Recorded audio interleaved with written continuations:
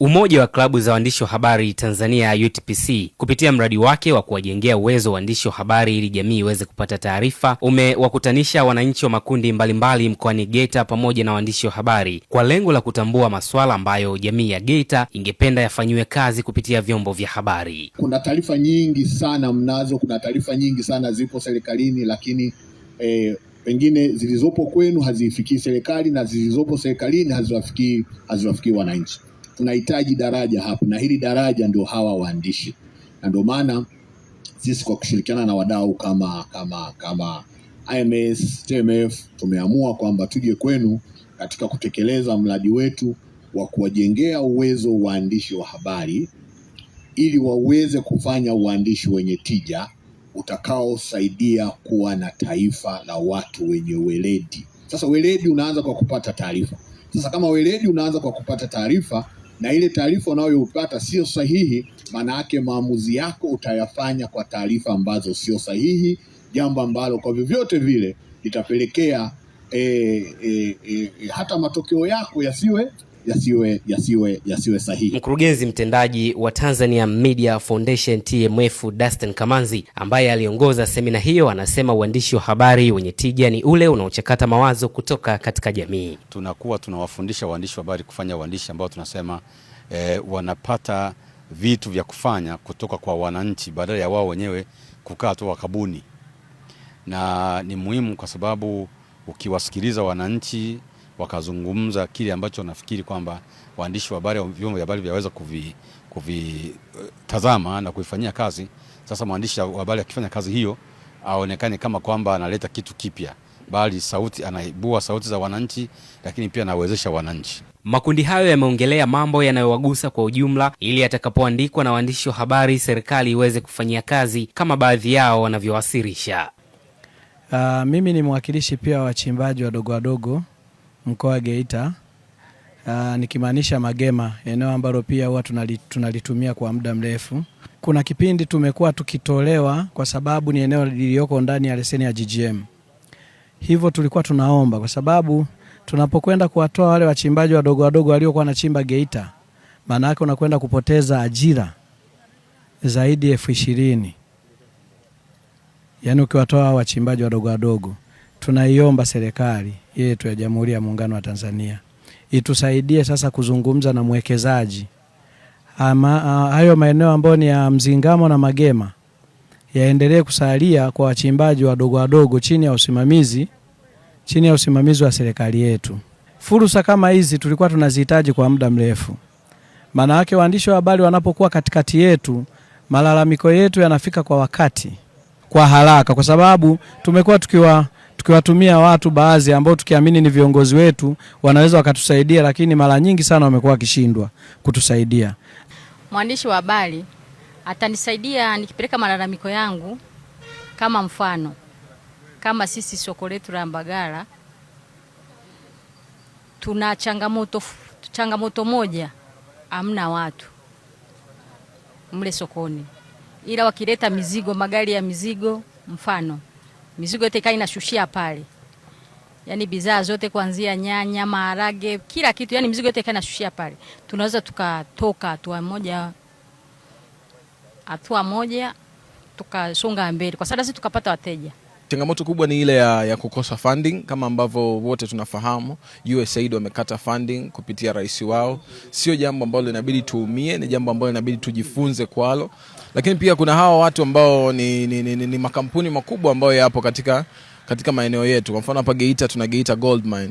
Wanatoa kitu kinaitwa CSR. Hiyo CSR ningependekeza labda iwe ndani ya Geita peke yake. Yaani zifaidike na wafaidike watu wa Geita na taasisi za Geita. Isiwe tu kwamba ni CSR lakini watu kutoka nje labda Shinyanga au sehemu mbalimbali ndio wanakuja wanafaidika kupitia hiyo, wakati wananchi ambao wanapitia athari za mgodi, nikimaanisha miti inakatwa, watu wanahamishwa makazi, ukimwi unazidi kuongezeka kupitia wengi kupitia migodi. Kwa hiyo kiuhalisia hiyo hela inabidi isaidie watu wa Geita. Taasisi ya International Media Support IMS, ambayo ni mfadhili wa mradi huo, inajitahidi kuwezesha waandishi wa habari katika kuandika habari zenye tija. Kuweza kuongeza uwezo wa waandishi wa habari katika kutengeneza habari zenye tija. na habari zenye tija zinakujaje kwa kuweza kujua ni mahitaji ya wanajamii. Kwa hiyo nawashukuru sana, asanteni sana, mmenikaribisha Geita vizuri na tutaendelea kufanya kazi kwa pamoja. Kutaniko hilo linajiri kwa kuwa UTPC inasimamia waandishi wa habari kuandika habari zinazoleta tija kwa jamii. Waandishi wa habari zenye tija waliopewa mafunzo na UTPC walipata nafasi ya kupita katika makundi ya wananchi hao na kuibua mambo makuu yaliyopewa kipaumbele ili yafuatiliwe. Tulikuwa na kundi la wakulima pamoja na wafugaji. Miongoni mwa changamoto ambazo zimekuwa ni kubwa ambazo tunaweza kuzijadili, mojawapo ni kutopatikana kwa pembejeo za kilimo za ruzuku. Hapa wamesema zinawaathiri kwa kiasi kikubwa, kwa sababu kuna wakati mwingine unakuta pembejeo zinaletwa lakini zinakuwa umbali mrefu kutoka pale kijijini. Mamalishe pamoja na wajasiriamali. Kero ya kwanza ni kuhamishwa mara kwa mara kwa wajasiriamali. Wameeleza kwamba jambo hili linawaathiri kwa sababu inasababisha kukatika kwa mitaji, baadhi ya watu kupoteza maisha kutokana na pressure, lakini athari nyingine ni maisha ya familia kutetereka. Kwa na wachimbaji wadogo wa madini ni wanawake wachimbaji ambao mara nyingi wanapewa maeneo ambayo hajafanyiwa utafiti. Kwa hiyo wanatumia pesa nyingi bila kupata mali. Ndiyo changamoto pia tumeibaini kwa hapa. Kundi ambalo lilikuwa na taasisi zisizokuwa za serikali, NGOs, lakini pia watu wenye ulemavu. Na changamoto kubwa kati ya hizo ni kutoka NGOs ambao wamelalamikia tozo kubwa kutoka mamlaka ya mapato na matumizi, mamlaka ya mapato Tanzania TRA, kwamba kuna wakati unakuta wameomba misaada kutoka kwa wafadhili. Wakatolea mfano wanafanya kazi na watu wenye walubimu. Unakuta wameomba labda kofia hizo. Zikifika unakuta wanapewa tozo kubwa wanazotakiwa kulipa TRA. Kwa hiyo unakuta wakati wanaomba ule ufadhili hawakuweka hizo tozo. Kwa zinapofika wanakosa hela ya kulipia zile tozo, zinatoka wapi? Na TRA hawezi kuruhusu zile tozo zifutwe. Kwa hiyo inawalazimu vile vitu, athari zake sasa, vile vitu vinaweza visifike kwa wahusika ama vikafika kwa kuchelewa sana. Ila msema asilimia kubwa huwa havifiki. Na wanasema athari ya pili, wanapunguza uaminifu kwa wafadhili. Mfadhili aliyekupa msaada anategemea labda amekupa baskeli mwendo ifike kwa mtu fulani, hajafika, kesho huwezi kwenda kumuomba tena msaada. Wananchi hao wameishukuru UTPC pamoja na wadau wake na kueleza kwamba wanaondoka na hatua za mabadiliko ya kufanya kazi kwa ukaribu na waandishi wa habari. Sababu shughuli tunazozifanya ni kwa ajili ya jamii na tunatamani tuone matokeo chanya kutoka kwenye jamii. Nitawasisitiza wenzangu, lakini kwa kushirikiana na wenzangu tutahakikisha tukifanya kazi kwa ukaribu pamoja na waandishi wa habari ili jamii kupata uelewa mpana na kushiriki kikamilifu katika shughuli za kijamii zitakazowasaidia wanatasi na Tanzania kwa ujumla, kuhakikisha ya kwamba tunakuwa na ustawi wa pamoja. UTPC na IMS niseme ni daraja ambalo ni la msingi sana.